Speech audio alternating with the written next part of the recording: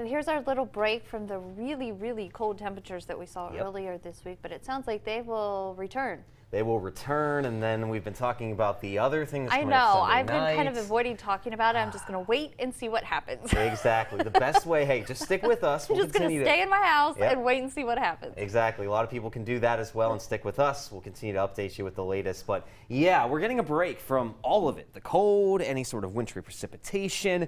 It's a nice day out there. I know we don't have the sunshine. That would be the most prime thing to add on to this. But hey, we do at least have temperatures that are into the lower 40s already. And as a matter of fact, we're already warmer than our high temp from yesterday in Hagerstown. So there we go, around 42 to 43 degrees, and it's even warmer in a few other locations. Winchester 46, Charlestown also the same, and Chantilly is up to 48 degrees. So it's a day to get out and enjoy because there's not many January days where we have temperatures getting up close to that 50-degree mark. Now, like I mentioned, though, unfortunately, along with the warmth, it is cloudy as can be. We are seeing a bit of a weak disturbance passing right over the area today, and that is what's driving all of this cloud cover that is not going to likely leave. And there it is. Again, the main part of that system is over Ohio at the moment, throwing that cloud cover our direction. And as this moves toward the coastline, we'll continue to see this cloud cover in place,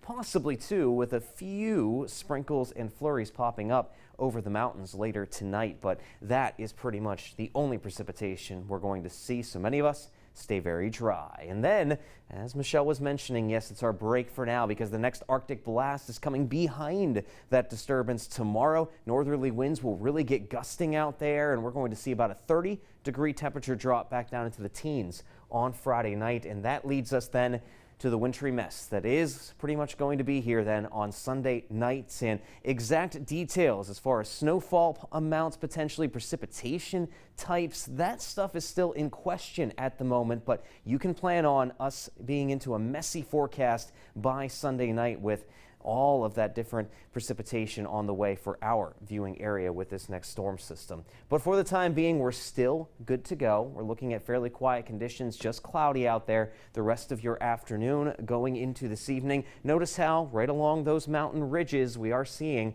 that occasional batch of sprinkles and flurries popping up here. That is possible up until tomorrow morning. And once those northerly winds really start kicking in tomorrow morning into the afternoon, not only will it get colder, but we're also going to have drier air make a return. So sunshine will pop back out for a brief time on your Friday before we start to see things cloud back up again a little bit later into the day on Saturday. Now watch this with our temperatures after being all the way up here this afternoon toward the 50-degree mark. We are going to see those temperatures stay mild through the overnight thanks to the clouds still sticking around. Lows will only be down into mostly those lower and middle 30s out there. And then tomorrow is going to be interesting because as we get through the morning hours, we're going to see another bump in our temperatures back toward the 40s. But watch, as we go later into the afternoon, that cold air, it's waiting off to the north, and then it's going to funnel down very rapidly after that. And we're already going to be hitting about the 20-degree mark by 10 o'clock on Friday nights. And it's going to be just as cold into Saturday, and then that leads us into Sunday. It looks like that snowfall will move in on Sunday evening. The worst of this storm will be in on Sunday night before clearing out by Monday morning.